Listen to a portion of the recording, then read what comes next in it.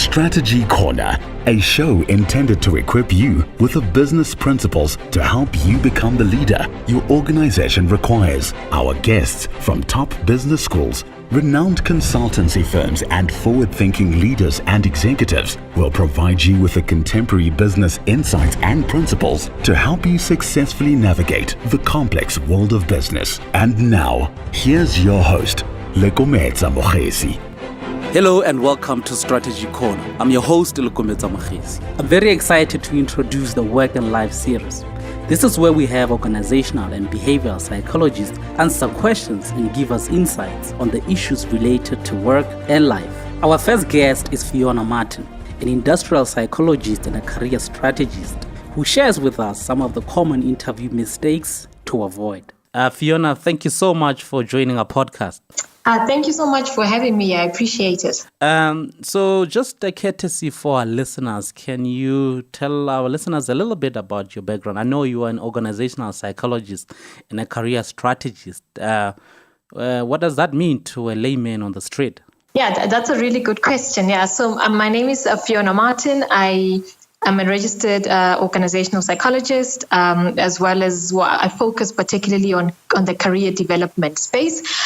So what does that mean exactly? So in a nutshell, organizational psychology is basically taking the principles of psychology and applying them in the workplace or in the world of work, as opposed to in a clinical environment, such as, a hospital, etc. So that's the simplest way that I can explain that.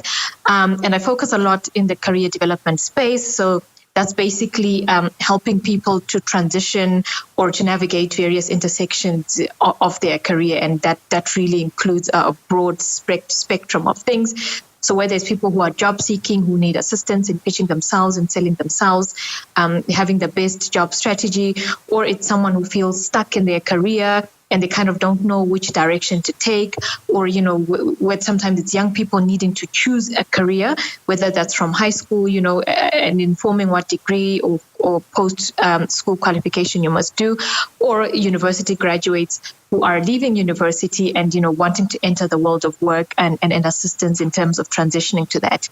Just out of curiosity, have you always wanted to become an organizational psychologist growing up? Yeah, I mean, look, absolutely. Well, maybe not in that form, but absolutely. So I knew I wanted to work with people. I knew I wanted to work with, I guess maybe I can call it abstract concepts. I'm not a person that liked the quantitative science, the exact science, the maths, the calculations. I didn't find that appealing at all. So what I loved was working with frameworks, working with theories, working and helping people. And I guess, psychology kind of fits that in a lot of ways. And also, I wasn't so interested in the clinical environment. So working with what they call abnormal psychology, things such as, depression, suicide, mental illness. So that spectrum was not what I wanted my focus to be on. But I guess, applying what I had within the world of work, because in essence, career success for me, a lot of it doesn't have necessarily to do with technical skills, but I think with a lot of principles that you can relate to psychological principles. So yes, I absolutely wanted to do this, and I don't think I've ever looked back from the time that I enrolled in my degree. Thank you so much for that. We started a new theme now for our podcast called Dear Strategy Corner, where we really want to help our listeners in terms of the workplace environment, whether you're seeking work or you have some challenges at work. So we have people like you, organizational psychologists, who are going to answer some of the most painful experiences and questions for our listeners. And today we're going to discuss some of the interview mistakes to avoid. Now, you wrote an article about the 10 interview mistakes to avoid. According to statistics, the average worker holds about 10 different jobs before the age of 40. That means, you would have gone to probably twice or triple the amount of interviews before you actually change your jobs 10 times.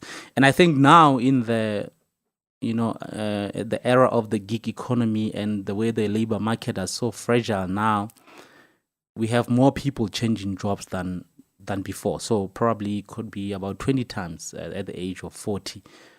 So apart from your CV, what gets you the job is actually the interview, and you basically outline some of the common interview mistakes to avoid.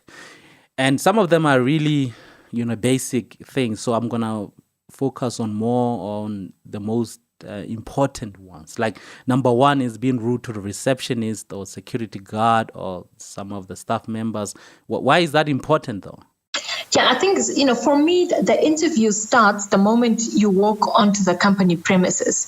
So almost like, you must be in that interview mode, from the moment that you come in, because your behavior, whether it's as you sign in at the gate, as you check in at the reception, is something that, might be taken into consideration when a decision is made, particularly, if it's of a negative connotation. I guess, the notion that people have is that, when I come in an interview, the only people that I have to impress, are basically the people that are going to be interviewing me, or those sitting on the panel, or those who have decision-making power.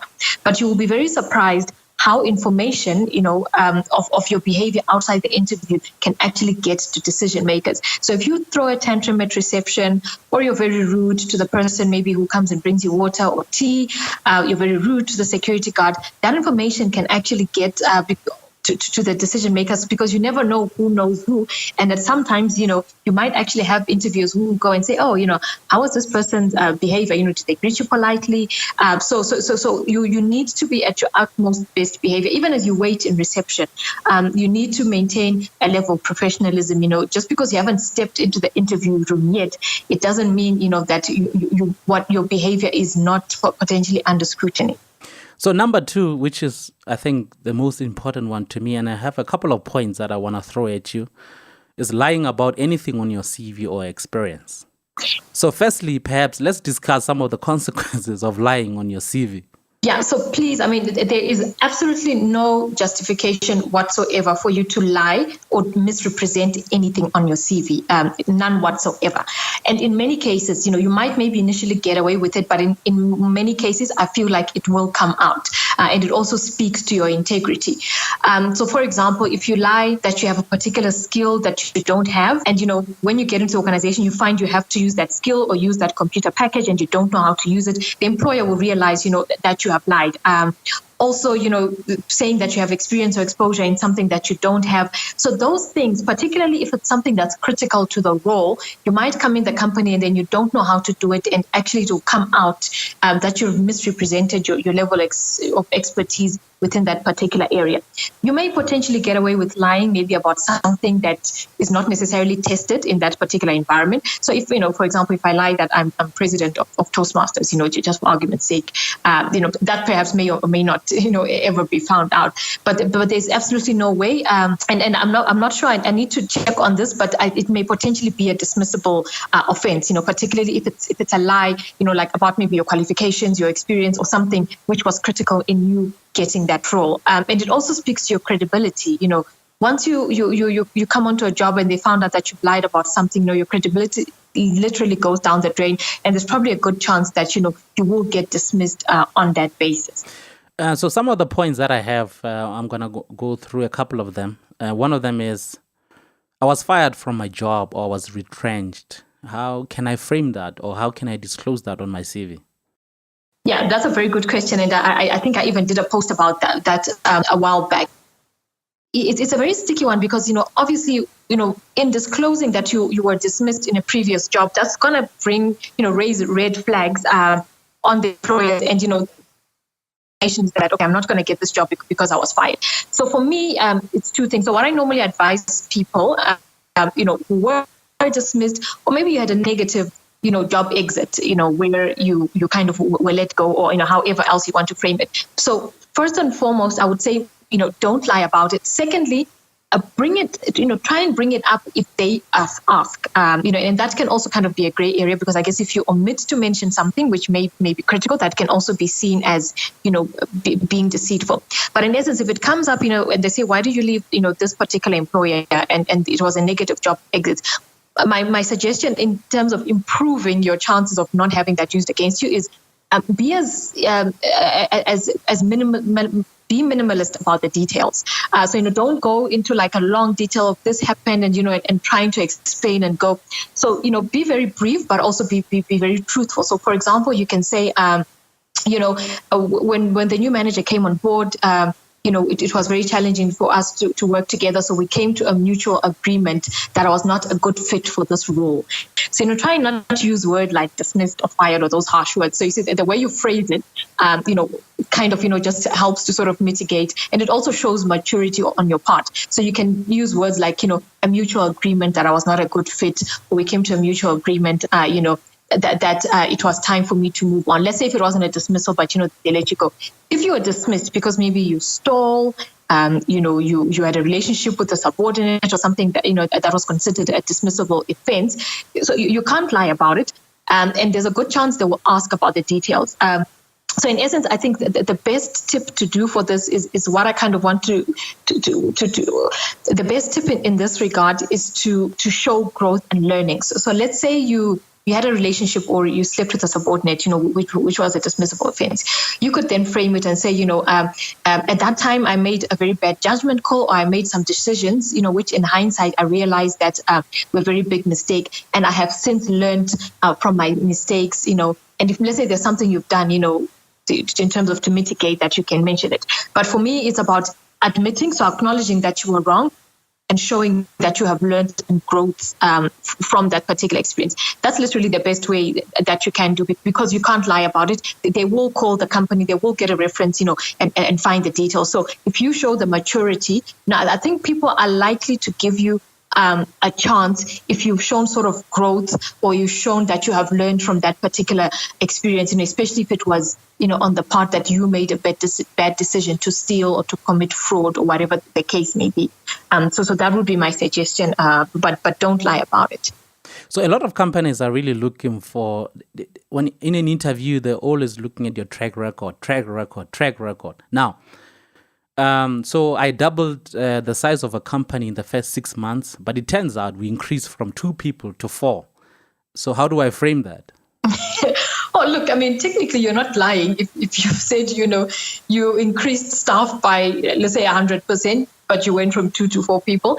So, I don't consider it as lying as such. But yeah, sometimes, because when you mention a number, so for me, I normally tell people to use percentages if the number doesn't look impressive. So if you say, oh, well, I processed a payroll for 5 people in the company, that doesn't look like, you did anything big. So you might want to say, yes, I processed a payroll and at 100% accuracy. So try and see what other metrics that you can use to measure. If, for example, the number, like it's only 5 employees, is not going to sound that impressive. But that's a very good point you raise. I find a lot of people come to interviews and they say, all these platitudes, or, I'm a hard worker, I'm a good team player, I'm a good thinker, visionary thinker, etc. Those things mean absolutely nothing unless you back them by actual examples. People want to see, how have you demonstrated? You say you're a good team player. How have you demonstrated that? Give examples of where, there was a lot of team conflict, within your team, and maybe you took certain steps, and then, eventually the outcome was that, the team was working well, they were delivering what they were supposed to be. Always back everything with examples. And for me, I also almost say, before you go in an interview and you look at the job description, think of examples that speak to all the bullets on the job description. So if they ask you, what's your experience in this? How have you, achieved when it comes to meeting targets or whatever? Try and list specific examples, because when you get in the interview, sometimes you go blank, and only later on you're like, oh, actually, this was a really good example that I could have used. So sometimes when you're applying for a little bit more senior role, either as the manager, a supervisor, what's important is how many people were reporting to you. So it turns out I was only responsible for interns. Would that be good enough as a managerial experience? Yeah, so that's a good question. And oftentimes you may find that, you're, let's say you're considered a senior manager in your company, but it's a very small company. Maybe you've got 2 people in your department, whereas, a level lower than you in another big organization probably maybe has 15 or 20 people. So it depends. Many times, companies do take that into consideration, in that, they kind of want you to have worked with the same scope, as similar to their particular organization. So if, let's say, you've got experience in managing department budgets, but maybe your budget at your company was like 20, let's say it was 200,000 rands, whereas the budget for this particular department is like 7 million, they will take that into consideration. And what may happen is you may actually end up not coming out as strong as candidates who have worked within that scope of, number of people managed, amount of budget that you dealt with, and, maybe the functions of that particular department. Because maybe sometimes you're called head of HR, but, you're managing one payroll person and one administrator, and maybe your company is not even doing half the HR functions that another organization is doing. So they normally try to compare and benchmark you against what that particular role entails. So I'd almost say sometimes titles are not as important as the actual function that you're performing. I think this one is a big one. So someone who has not been working for a period longer than 6 months, you probably want to conceal that from the recruiter or the employer. So how do you manage that? Yeah, so look, there is kind of a stigma for people who have, unexplained gaps in their CVs, but I think back to the point of not lying, you can't lie about it, and you also at the same time you can't hide it, because not all recruiters are created equal. So if some of them will see your CV and they say, 6 months you were kind of like just loafing around, it means like you were not doing anything. But job hunting time sometimes takes long. So for example, maybe your previous company closed down and it took you 8 months before you secured another job. So what I try and say to job seekers that if you're not doing anything, try by all means to volunteer or to engage in some sort of activity that you can put on your CV. So for example, if you're looking for a job but you're volunteering once a week, maybe you're an accountant, so you're doing accounts once a week for your church, for your place of worship, or maybe for an NGO or for a small social club. So try and do that so that it looks like you're meaningfully engaged, and in that way you can legitimately put on your CV while not lying. So you can even put in brackets that it was a volunteer position, so that they know that it wasn't a full-time role. And I think just also for your own good and in building skills, it also helps just to keep meaningfully engaged, because job hunting it causes a lot of anxiety. It can be really depressing when you feel like all you're doing is sending CVs and no one is calling back. So I always encourage job seekers that in as much as there's urgency and desperation for you to land a job, at least even if it's 1 hour per week, 2 hours per week, 1 day a week, try and engage in something meaningful so that your focus, is not only on this, because otherwise, it ends up being a very stressful for job seekers. Yeah, because I know looking for a job is actually a job in itself. Yeah, it is a job. I sometimes get surprised when the first thing. So when job seekers approach me and they say, I've been looking for a job, I can't find anything, I'm really struggling. The first thing I always say is, how many applications are you sending per week, per day, on average? And if someone says to me they're sending 2 applications per month, that in itself, you're not going to get anywhere, particularly if you desperately need a job. And I'm not saying it's about quantity. So it doesn't mean, you must just be, praying and, pray and spray approach where you just, sending your CV without thought. But in essence, I would say you must make at least 10 good quality applications a week, if possible. And when I say good quality, for positions which you are suitable for, which you are matched for, and, that you relatively qualify for. Because otherwise, if you're spending 1 hour per month, it's not going to work, or it's going to take much longer than you wanted to. Talking about experience, so there are 2 parts to this question. Is my actual job description doesn't reflect exactly what I was doing. So let's say I was a finance manager, but I did nothing compared to that. Or conversely, I was a finance coordinator, but I did everything that a financial manager does. So how should I frame this on my CV? Okay, yeah. So that's a really good question, which I posted about a while back, where, many people are in situations where their job title does not reflect what they actually do. So for example, maybe your job title, you are, let's say, a personal assistant at a company, but realistically speaking, maybe you also do social media management and you also do events management for that company. So you want to obviously reflect for that. Maybe you're even applying for a role as a social media manager. So for me, what happens is during initial screening phases, recruiters are literally just quickly scanning through CVs. So they may not always necessarily go into the bullet points. So if, let's say, your bullet points on your job description, on your CV, reflects that. A recruiter might not see it. So just by them seeing, oh, you're a personal assistant, they might completely dismiss you for, let's say, the social media manager role, because they haven't gone into the detail of it yet. So what I would then advise people to do is, if, for example, you want to elaborate on your job, on your job title, because it doesn't reflect everything you do, you would then put personal assistant, and then in brackets you also put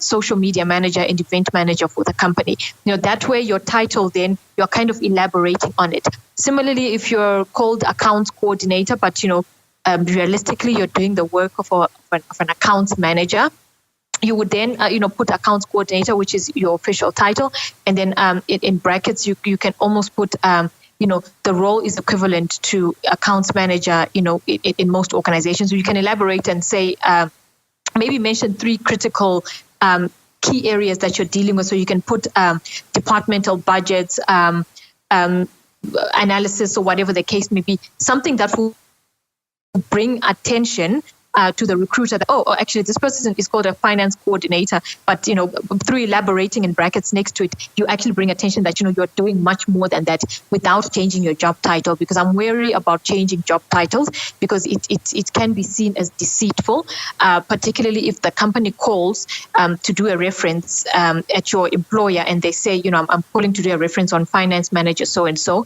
and they actually find out that, actually you're not finance manager, you're finance coordinator. So for me, the trick to that is to elaborate on your original title, so that you're not distorting anything, but at the same time you are reflecting the full scope of your role. That was Phiona Martin, an industrial psychologist and a career strategist, who shared with us some common interview mistakes to avoid. Please join us on our next segment as we continue our discussion with Phiona. Thank you for listening. We hope you've enjoyed this episode and found the material to be of great value to you. If you'd like to get more information about Strategy Corner and the services we offer, please email info@strategycorner.co.za, lekomeza@strategycorner.co.za. You can also follow us using the handle @Strategy Corner on Facebook, Twitter, and Instagram to get the latest on Strategy Corner. Till next time, goodbye.